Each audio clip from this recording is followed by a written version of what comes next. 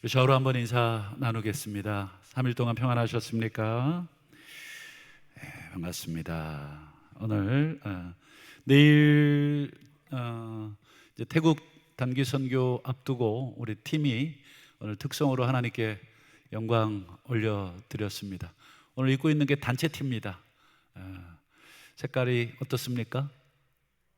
네, 우리 가운데 영어로 이제 당신과 함께 이런 뜻이죠. 당신과 함께 이제 11명이 저까지 포함해서 우리 11명 대원들이 우리 다녀올 예정입니다. 그래서 오늘 태국 선교를 앞두고 우리 성도님들과 함께 우리가 선교를 한다는 게 어떤 의미가 있고 또 우리가 어떤 방식으로 또 선교를 해야 되는가, 그리고 무엇보다도 단기 선교팀이 3박 4일, 4박 5일 가서 뭘 얼마나 하고 올 수 있느냐, 단기 선교팀이 이렇게 가는 또 이유, 이런 것들을 함께 좀 말씀을 통해서 서로 나누고, 또 기회가 되면 이제 다음 선교 때 또 같이 또 우리 더 많은 분들이 동행해서 하나님의 현장을 또 직접 이게 귀로만 듣는 것과 눈으로 보고 오는 것은 또 다르죠. 그래서 함께 현장을 보고 올 수 있는 기회가 있었으면 좋겠습니다. 그래서 오늘 말씀의 제목을 하나님 나라, 성령, 그리고 선교, 이렇게 좀 지어봤습니다. 먼저 질문을 하나 좀 드려보도록 하겠습니다. 최초의 선교사가 누군지 아십니까? 그렇죠. 어디서 옛자가 들려. 예수님이 최초의 선교사입니다. 아시는 것처럼 우리 인간이 하나님을 떠나서 사탄의 그 권세 아래 살았잖아요. 사탄의 권세 아래 사는 삶을 우리가 흔히 이렇게 악령이 씌워가지고 헛소리하고 이런 삶으로 오해하는데, 귀신 들린 사람 보셨잖아요. 이렇게 거품 물고 정상적인 생활 못하고 이런 삶을 얘기하는 게 아닙니다. 사탄에게 사로잡힌 삶은 정확하게 폭력적인 삶을 사는 것입니다. 폭력이라는 게 꼭 누구를 이렇게 때려야만 폭력이 아닙니다. 폭력이라는 건 무엇입니까? 전부 다 자기 중심으로 모든 것을 다 해석하고 또 모든 것을 다 자기에게로 끌어모으고, 이런 것이 다 폭력적인. 여러분, 돈을 나한테만 끌어모으는 삶도 폭력적인 삶이에요. 돈 버는 게 뭔 죄냐? 그게 아니라, 돈 버는 게 죄가 아니라 그걸 전부 나한테만 쓰는 게 죄라는 거예요. 그러니까 이거를 정확하게 폭력이라는 것을, 성경이 말하는 폭력이라는 것을 정확하게 이해하시고, 그래서 그 폭력적인 삶을 이겨내는 방법이 뭐예요? 나누어 주는 것, 구제입니다. 그래서 성경에 보면 구제하라. 구제하는 것은 그 폭력적인 삶으로부터 나를 구해내는 치유, 한마디로 약이죠, 약. 그 약을 안 먹으면 계속해서 인간은 정말 끝도 없는 탐욕에 끊임없이 자기를 위해서 건강, 물질, 가족, 모든 걸 다 자기 중심으로 끌어다가 삽니다. 그걸 넓은 의미에서 폭력이라고 합니다. 그러니까 인간이 하나님을 떠나자 폭력적인 사람이 된 것입니다. 왜냐하면 하나님이 무한 공급해 주시던 에덴 동산에서의 그 삶, 그리고 하나님을 의지하면서 하나님이 주시는 것을 먹고 살아야 되는 삶이 끊어지니까 인간은 불안한 것입니다. 미래를 내 힘으로, 그래서 나도 열심히 일하지만 저 사람 거 가서 뺏어오는 것이고, 또 내가 더 많이 뺏어오진 않는다 그래도 내가 더 내게 주신 능력이라고 착각하면서 더 많은 것들을 내 것으로 삼는 것, 그런 삶을 살고 있는 그 인류에게 하나님이 직접 이 땅에 오셨죠. 그래서 하나님 나라를 다시, 에덴 동산의 삶을 다시 회복시켜 주시는 것, 다시 하나님 의지하고 사는 것, 그게 여러분 예수님이 오셔서 하신 유명한 말씀, 무엇을 먹을까 마실까 입을까 염려하지 마라.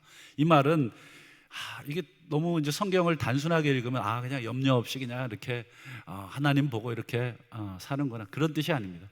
염려하지 말라는 것은 그 이상으로 폭력적으로 살지 말라는 거예요. 이건 열심히 살으라는 거예요. 열심히 살지만, 내 손으로 수고하여 열심히 살지만 그건 내가 벌었다고 내 것이라고 하지 말고 어떻게 하라는 것입니까? 그렇죠. 먼저 그의 나라와 의를 구하라. 이걸 꼭 선교로 생각하시는 분들도 많은데 그거 아닙니다. 뭐 목사가 되거나 뭐 선교사가 되거나 그게 아니라, 먼저 그의 나라와 의를 구하는 것은 하나님의 뜻대로 폭력적인 삶을 버리고 나누고 베푸는 삶으로 가라. 이게 정확한 예수님의 그 의도인 것이죠. 그래서 최초의 선교사는 누구냐?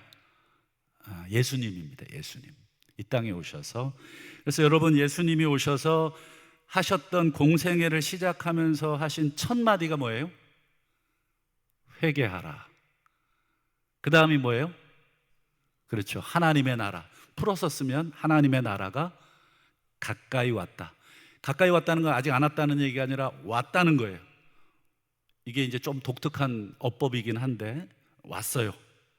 근데 우리말 번역에는 어쨌든 이 좀 없는 문법이라서 그렇게 번역을 했지만, 보세요. 하나님 나라가 왔다. 회개하라. 회개하라는 건 무슨 뜻입니까? 그 전까지의 삶의 방식이 다 틀렸다는 거예요. 그러니까 회개하라는 거예요. 돌이켜라, 바꿔라. 이게 회개하라는 것입니다. 그저 잠깐 아이고 내가 예수님을 몰라 뵀네요, 죄송합니다, 이게 회개가 아니라, 하나님 나라가 지금 확 하고 오고 있는데 삶의 방식을 바꾸라는 것입니다. 아까 말했듯이 폭력적인 삶의 방식. 나는 부모 잘 만나서 과외도 받고, 그리고 또 좋은 선생 만나서 공부도 잘 지도받았어요. 그래서 다행히 좋은 대학에 갔어요. 좋은 대학에 가니까 또 좋은 교수님들이 계셔서 또 좋은 교육을 받았어요. 그러다 보니까 또 좋은 회사에서 오라 그러네요. 그러면 또 월급도 많이 주네요. 자, 여러분 그거 내가 해서 얻은 것도 있겠지만 전부 다 어떻습니까? 그렇죠. 하나님이 나에게 주신 것이죠. 근데 이제 우리 사탄은 끊임없이 이제 네가 잘했다, 네가 전부 그래서 전부 내 것으로 이렇게 폭력적으로 그것을 끌어안게 만들죠. 예수님이 오셔서 제일 첫 마디가 뭐라고요? 돌이켜라. 그 삶의 방식을 버려라. 오늘 새벽이죠? 오늘 새벽인가요? 어제 새벽인가요? 제가 지금 이게 지금 시간 개념이 약간, 오늘 새벽이죠? 대통령이 바뀐 거 오늘 새벽인가요? 아유 헷갈려가지고 이게 지금 한 6개월을 정신없이 막 이렇게 지내다 보니까 이게 지금 취임식을 오늘 한 거죠? 취임식을 오늘 한 거죠. 제가 여러분 대통령이 오늘 새벽에 대한민국의 대통령이 바뀌었어요. 이게 무슨 뜻입니까? 우리 같은 서민들이야 바뀌었나 보다 아무런 감흥이 없지만, 여러분 대통령 하나 바뀌면 국가의 많은 기관들, 그리고 또 관련한 기업들, 그리고 심지어 외국까지 전부 대통령이 아무 말 하지 않아도 국가의 기관들, 기업들 또는 심지어 외국까지 이 대통령의 정책이 뭐냐를, 대통령의 뜻이 뭐냐, 대통령의 그 방향이 뭐냐에 맞춰서 다 바꿔. 우리 예전에 삼성의 이건희 회장님이신가요? 자식하고 부인 빼고 다 바꾸라고. 여러분 대통령은 한마디도 하지 않지만 대통령 하나 바뀌면 다 바뀌어요. 우리들이야 일상의 삶을 사는 평범한 사람들이니까 뭐 바뀔 것도 없겠지만 다 바뀌어요. 근데 우리나라는 별로 영향력이 없어서 좀 거시기 하지만 여러분, 미국의 대통령 하나 바뀌면 어떻게 됩니까?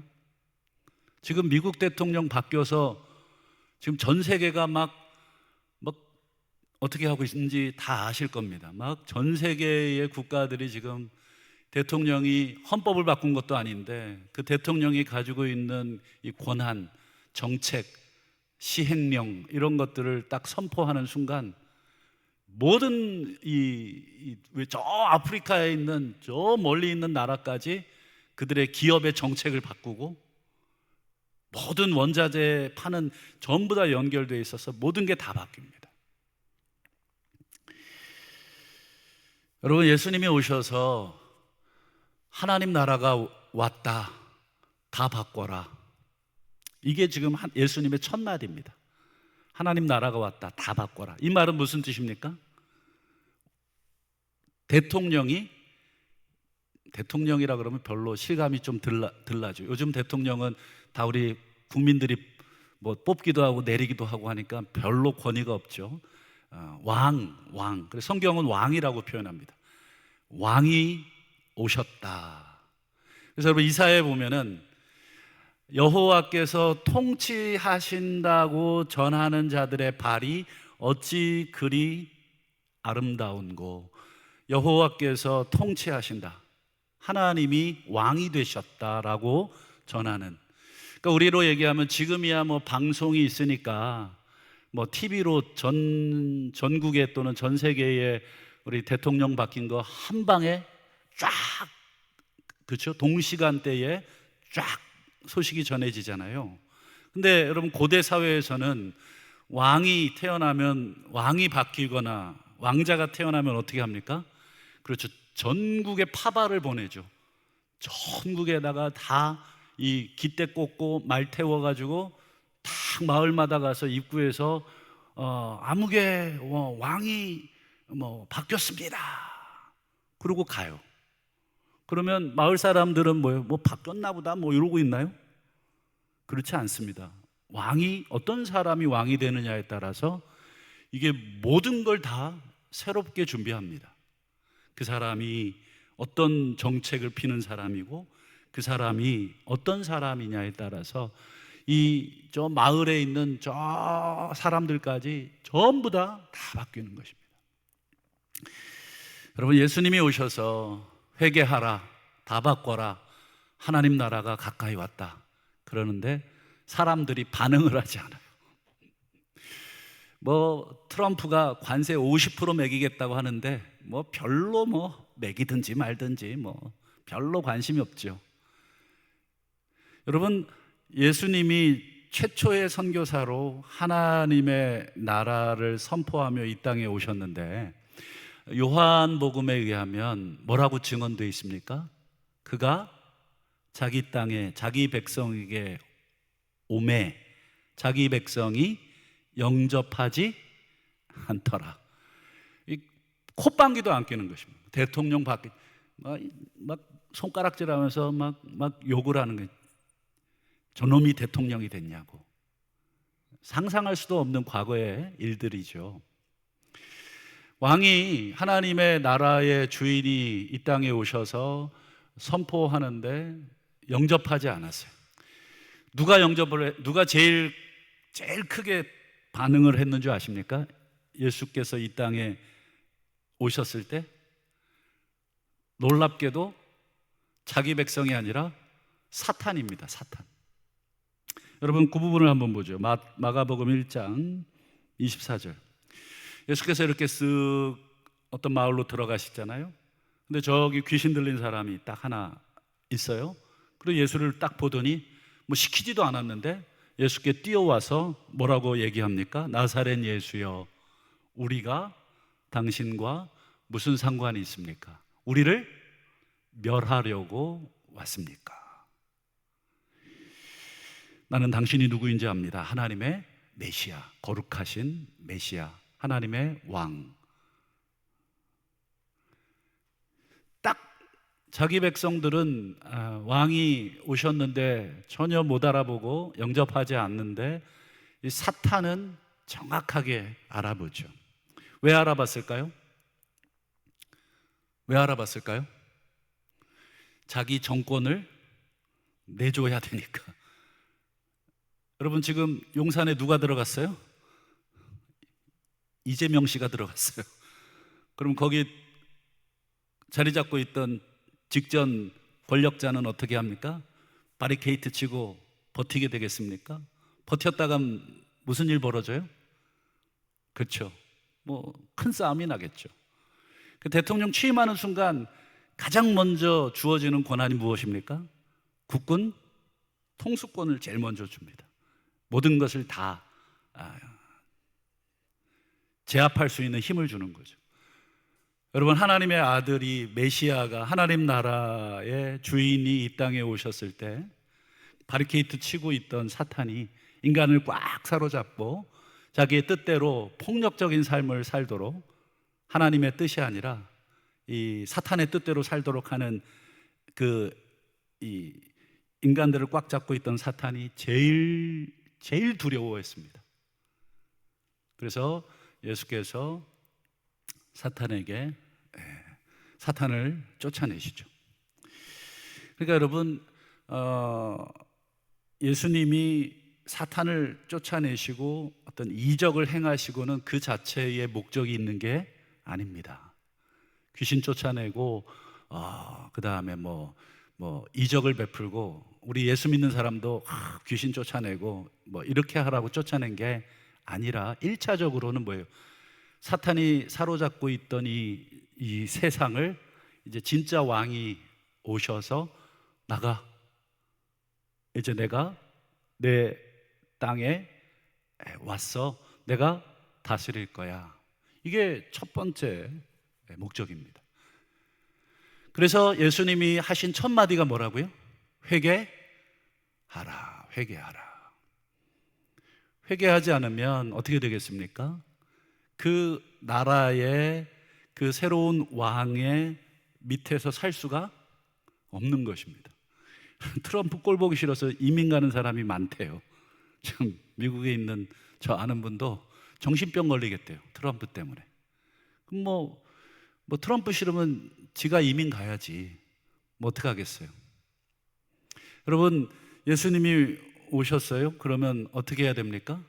싫든 좋든 그 예수님에게 다 모든 걸 다 바꾸셔야 됩니다. 그게 여러분 하나님 나라가 왔다는 뜻이고, 예수님이 최초의 선교사로 이 땅에 오셔서 내뱉은 첫 마디 회개하라. 하나님이 오셨다. 하나님이 자기 땅에 드디어 오셨다. 그리고 왕으로 오셨다. 이것이죠. 근데 여러분, 예수님이 이제 주인이 되어서 이 땅에 이제 오셨는데, 예수님이 오셔서 하나님 나라를 선포하셨잖아요. 하시면서 제일 중요한 사역이 뭐라 그랬습니까? 첫 번째 사역이 회개이긴 하지만 그건 일반 백성에게 하신 말씀이고, 제일 먼저는 기존의 정권을 잡고 있는 공중의, 성경에 보면 공중의 권세 잡은 자를 결박하는 것. 그래서 그 사탄을 쫓아내는 것이 예수님께서 이 땅에 오셔서 제일 먼저 하신 일입니다.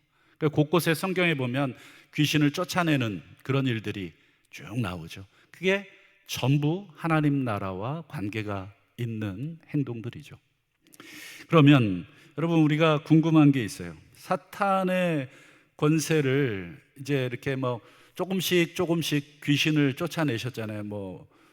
떠나가라, 이렇게 선포하셔서 쫓아내셨잖아요. 그러면 완전한 사탄의 권세를 완전히 결박하시는데 어떤 방식으로 이 사탄의 권세를 완전히 결박하십니까?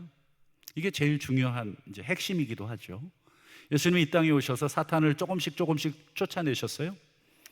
다 쫓아내지 않고 조금씩 쫓아내셨는데 완전하게 결박하신 그 사건이 있죠. 그게 무엇입니까? 그게 십자가입니다. 십자가로 사탄을 완벽하게 결박하신 것입니다. 골로새서 2장 15절을 한번 보세요. 한번 같이 한번 읽어주시겠습니까? 시작. 통치자들과 권세들을 무력하게 하여 드러내어 구경거리로 삼으시고 십자가로 그들을 이기셨느니라. 통치자들, 권세들, 이거는 이제 여러분 어둠의 권세들을 무력하게 하여 드러내셨다는 건 무장을 해제시키셨다는 거예요.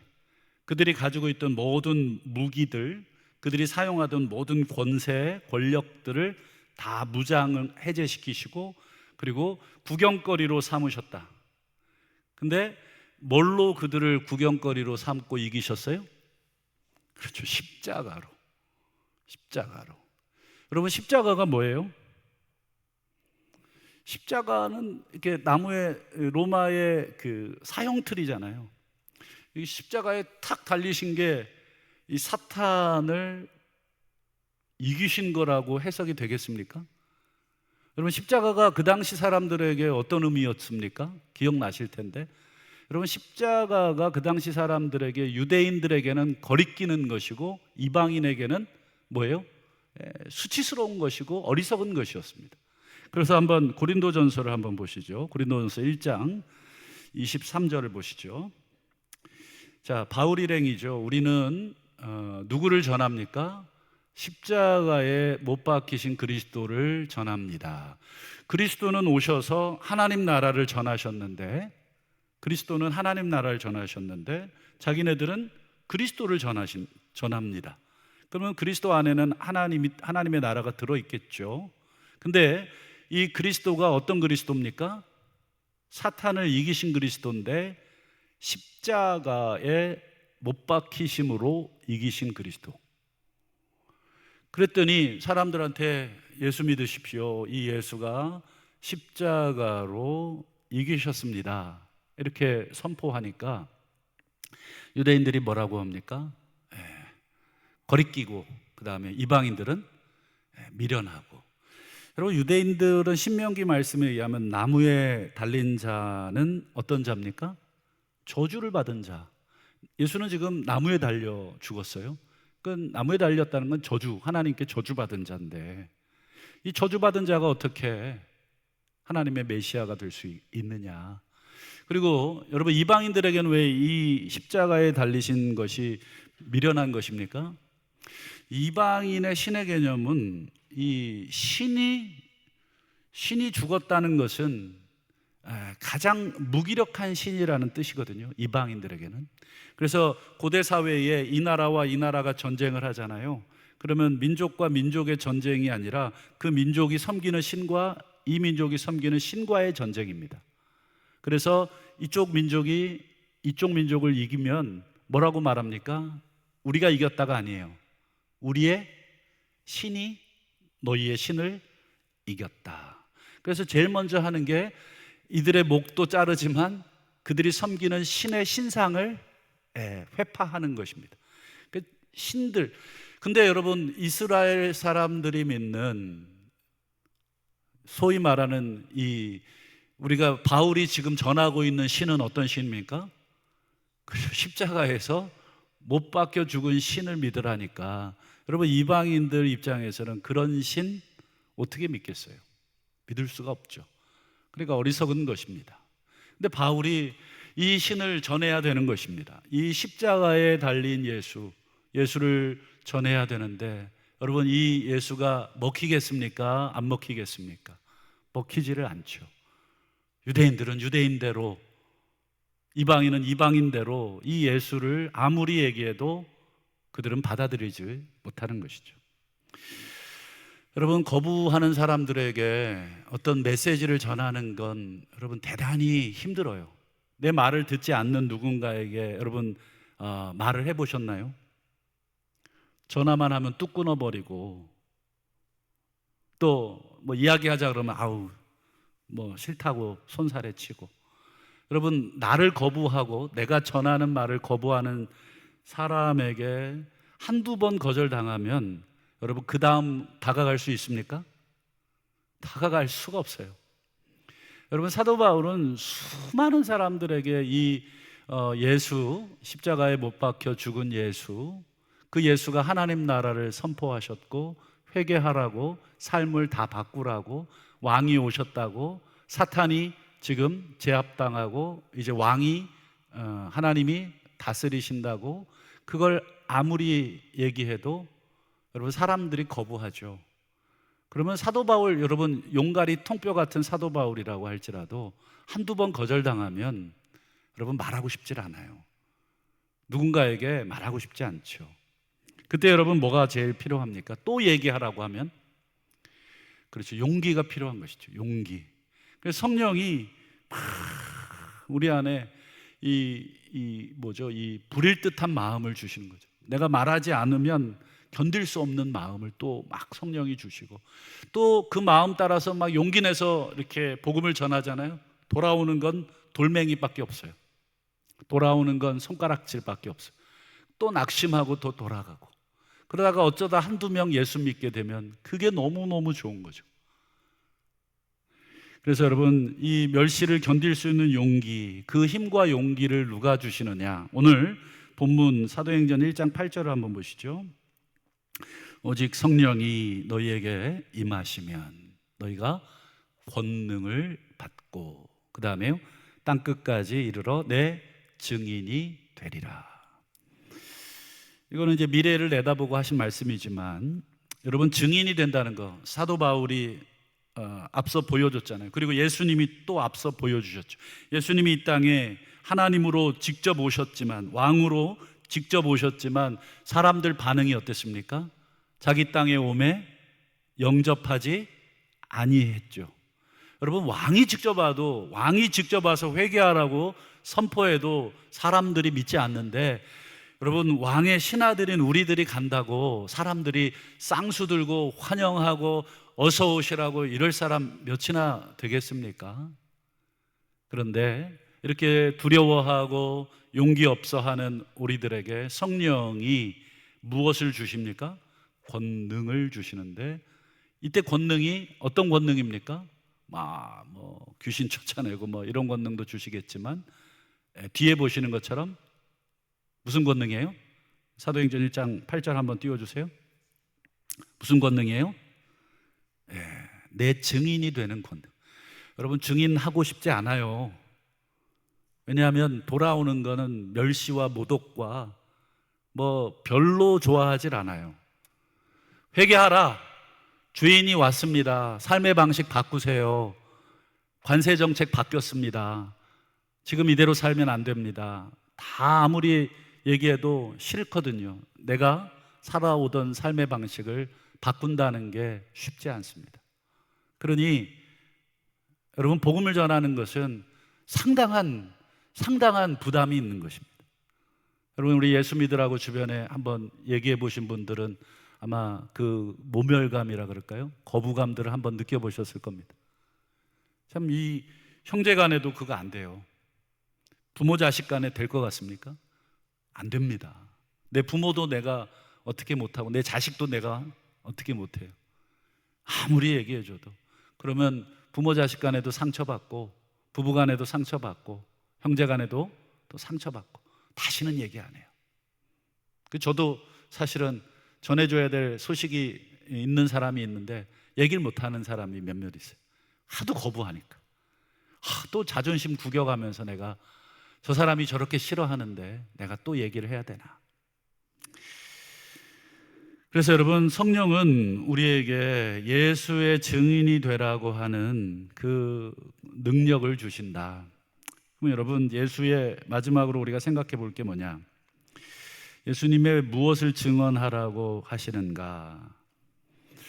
여러분, 하나님 나라를 선포하셨고, 예수님이 하나님 나라가 가까이 왔다 선포하셨고, 하나님 나라를 이제 이 땅에 실현해 가시는데, 하나님 나라를 예수님이 무엇으로 여러분 완성하셨어요? 아까 제가 설명드린 것처럼 십자가로 완성하셨잖아요.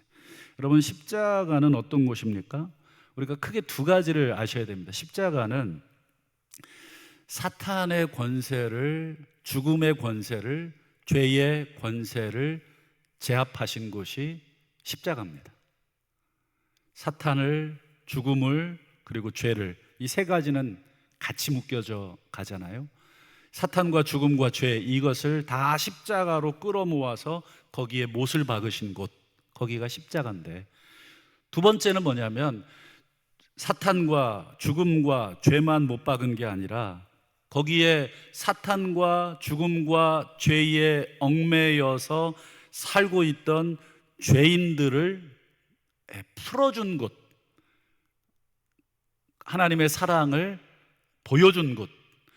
사탄과 죄와 죽음은 묶고, 사탄과 죄와 죽음이 묶고 있던 인간은 풀어준 곳, 그게 십자가인 것입니다. 정리해 보면 죄에 대한 하나님의 승리, 그리고 죄인에 대한 하나님의 사랑, 이 두 가지가 함께 공존한 곳, 거기가 십자가고, 여러분 이 십자가 위에 세워진 나라가 무슨 나라입니까? 하나님 나라. 회개하라, 하나님 나라가 왔다. 이 말은 십자가로 세워진 나라가 왔다. 십자가는 뭐예요? 죄에 대해서는 단호하지만 그 죄 아래 살던 인간에 대해서는 한없는 용서와 사랑, 인간을 진짜 사탄의 삶으로부터 건져주신 진짜 하나님적인 삶. 아까 서두에 말씀드린 것처럼 돈을 버는 것도 전부 폭력적으로 벌죠. 공부도 그렇게 하고 뭐든지 다 자기중심적으로 전부 다 사는 세상에 우리가 있는데, 하나님 나라가 가까이 왔다, 즉 십자가의 나라가 가까이 왔다. 우리를 용서하시고 무한한 자비로 우리에게 공급하시는 그 아버지를 신뢰하고 무엇을 먹을까, 무엇을 마실까, 무엇을 입을까, 네 힘으로 폭력적으로 살지 않고 공중의 새를 보고 들의 백합을 보고 우리 아버지께서 오늘도 이렇게 입히시는 그 자비의 나라, 그 하나님의 나라 믿고 너희의 손을 펴서 하늘에 다함이 없는 배낭을 만드는 나라, 구제하는 나라, 돕는 나라, 내 것을 내 것이라고 주장하지 않는 나라, 그게 십자가 위에서 세워진 나라고, 그 나라가 지금 왔으니까 우리들도 삶을 다 바꿔라. 근데 여러분, 사실은 너무 죄송하죠. 우리 삶이 그 십자가 위에 세워진 하나님 나라처럼 바뀌시나요? 잘 안 바뀌죠. 그 하나님이 우리에게 베푸신 그 엄청난 십자가의 사랑을 우리가 노래는 하고 또 감사는 하지만, 그 십자가의 위에 세워진 하나님 나라의 그 왕께서 선포하신 이것이 내 뜻이다, 이렇게 사는 것이 내 나라의 원칙이다, 이렇게 아무리 이 시행령을 선포하고 법을 바꾸고 아무리 막 이야기해도 콧방귀를 뀌지 않아요. 그럼 마지막에 어떻게 됩니까? 그게 예수님께서 그 복음서에 여러 번 얘기하시잖아요. 여러 번 얘기. 슬피 울며 이를 갈미 있으리라. 더 이상 기회가 주어지지 않을 때가 오는데 그때는 너무 늦다는 거예요. 여러분, 자비의 시간이죠. 사실은 지금은 은혜의 때입니다. 하나님이 우리를 십자가로 세우신 그 나라에 우리를 부르고 계신 거예요. 여러분, 우리는 감사하게 그 소식을 들은 사람들입니다. 그리고 그 소식에 우리는 우리의 삶을 바꾸려고, 지금 조금씩이라도 바꾸려고 애를 쓰고 있는 사람들. 아, 이렇게 살면 안 되지. 이거는 옛날 주인 사탄이 우리에게 살 원하던 방식이었지. 그게 여러분 그 유명한 출애굽 사건이잖아요. 과거에 애굽의 노예로 살 때는 바로 왕의 그 명령 따라 살던 노예들이었는데, 이제 그것을 건져내서 하나님이 율법 주시고 가나안 땅에서 내 뜻대로 살으라고, 그게 여러분 출애굽기의 의미입니다. 여러분, 우리는 지금 새로운 출애굽 시대를 살고 있잖아요. 예수께서 오셔서 자기 백성을 저들의 죄에서 끄집어내서, 사탄의 권세, 죄의 권세에서 끄집어내서 그의 사랑하시는 아들의 나라, 아들의 권세 안으로 집어넣으신 것, 그게 여러분 새로운 출애굽. 우리는 그래서 그 선교를 우리는 이미, 그 복음을 이미 받아들이고 우리의 삶을 조금씩이지만 방향을 바꾸고 우리의 생각을 바꾸고 우리의 태도를 바꾸고 여러 가지를 지금 많이 바꾼 것이죠. 요만큼 바꾼 사람이 있고 이만큼 바꾼 사람이 있을 뿐이지, 그래도 조금씩 우리는 바꾸고 있습니다. 여러분, 내일 태국으로 단기 우리 선교팀이 출발하는데, 짧은 일정 중에 여러분 우리가 할 수 있는, 단기 선교팀이 할 수 있는 가장 최고의 목표는 뭐냐? 저는 단연코 선교사를 위로하는 것이다, 이렇게 생각합니다. 물론 우리가 사역을 준비를 해서 열심히 하고 돌아오는 것도 선교사님께 도움이 되겠지만, 첫 번째는 선교사님 만나러 가는 것입니다. 여러분, 오랜 기간 여러분 낯선 곳에서 물 다르고 문화가 다르고 그 스트레스가 엄청납니다. 언어에서 오는 스트레스, 그리고 얼굴색이 다르고 생김새가 다른 것에서 오는 이방인으로서의 그 스트레스, 그리고 음식에서 오는 스트레스, 그리고 여러 가지 환경에서 오는 스트레스. 이 선교사들이 그래서 아시는 것처럼 5년마다 안식년을 줍니다. 5년 사역하면 반드시 1년은 쉬어야 된다. 그렇지 않으면 몸이, 정신이, 영혼이 망가지거든요. 그래서 이 선교사들에게 안식년을 주는 것은 여러분 교회의 의무입니다. 여러분, 교회 파송교회 선교 보내놓고 여러분 마치 공장에 기계 돌리듯이 쉬기는 뭘 쉬어. 우리가 선교비를 지금 어떻게 보내주는데 지금 더 한 명이라도 짜내서, 여러분 그거는 정말 폭력적인 것입니다. 선교사를 가서 만나기도 하지만 선교사가 와서 재교육도 받고 쉬기도 하고 다시 한번 사역을 점검하기도 하는 시간을 주는 것. 여러분, 선교사들이 많이 지치고 어렵습니다. 제 친구 하나도 아프리카 선교사인데 지금 중병에 걸렸어요. 쉬지 않고 달려와서 몸이 다 망가졌어요. 제때 치료도 받고 쉬어야 되는데,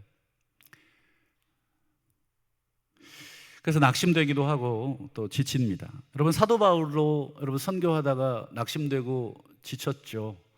여러분, 고린도후서 7장 5절을 한번 보실까요? 바울이 이런 말을 합니다. 우리가 마게도냐에 이르렀을 때에도 우리 육체가 편하지 못했다. 몸이 너무 아팠다. 몸이 너무너무 힘들었다. 그럴 수 있죠. 얼마든지.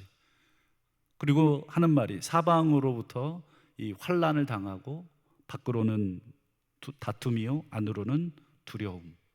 사도 바울의 지금 상황을 지금 사도 바울이 지금 이야기해 주고 있는데, 이런 낙심된 두려운 상황 속에 하나님이 이 사도 바울 일행을 어떻게 위로하셨냐?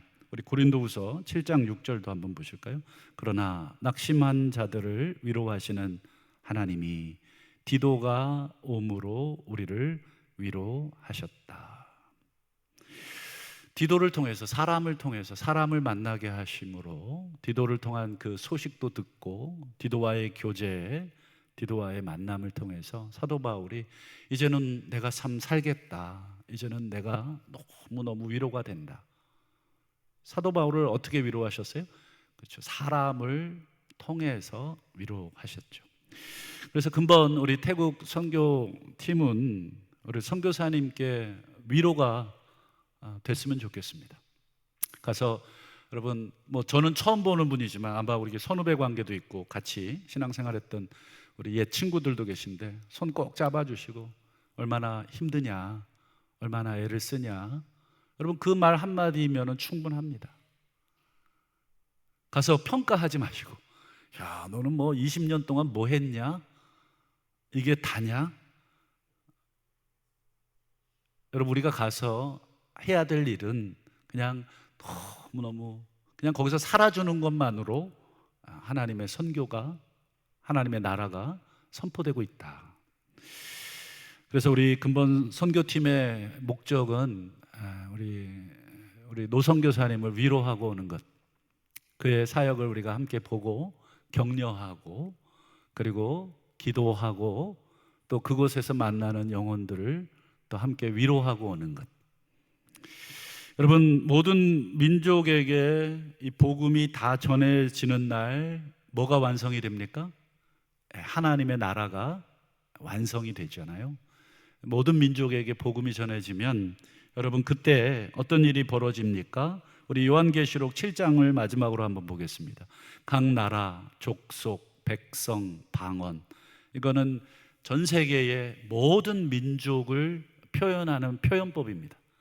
전 세계의 모든 민족에서 아무도 능히 셀 수 없는 큰 무리, 거기에는 백인종, 황인종, 흑인종, 그리고 뭐 또 그 외에 각 민족, 족속, 언어별로 다 다른 민족들이 있겠지만 전 세계의 모든 족속들이 셀 수 없는 큰 무리가 함께 나와서 똑같은 옷을, 똑같은 것을 들고 보좌 앞과 어린 양 앞에 서서 큰 소리로 뭐라고 찬송합니까? 구원하심이, 구원하심이. 이 찬송을 하게 될 것을 사도 요한이 환상 가운데 보게 되죠. 여러분, 모든 민족이 구원받는 그 환상은 여러분 창세기, 여러분 아브라함 때부터 주신 비전이었습니다. 아브라함아, 내가 너를 통하여 땅의 모든 민족이 복을 받게 하리라. 하나님의 꿈은 바로 요 꿈입니다. 사탄에게 빼앗겼던 당신의 백성들을 지금 다시 하나님의 나라로 불러서 하나님의 백성 되어서 다시 하나님이 왕이 되시고 하나님과 함께 사는 그 꿈. 여러분, 이 하나님의 꿈, 그 꿈을 이루어가라고 오늘도 우리들을 부르고 계시는 것입니다. 그런데 하나님은 그 부르는데 강제로 부르시질 않고 자원하는 사람을 부르시고 계신다. 이 사명을 우리가 받은 줄로 믿고 우리가 함께 하나님의 이 복음을 함께 전하시는 진정한 아브라함의 후손들이 다 되시기를 우리 주님의 이름으로 축원합니다. 기도하겠습니다.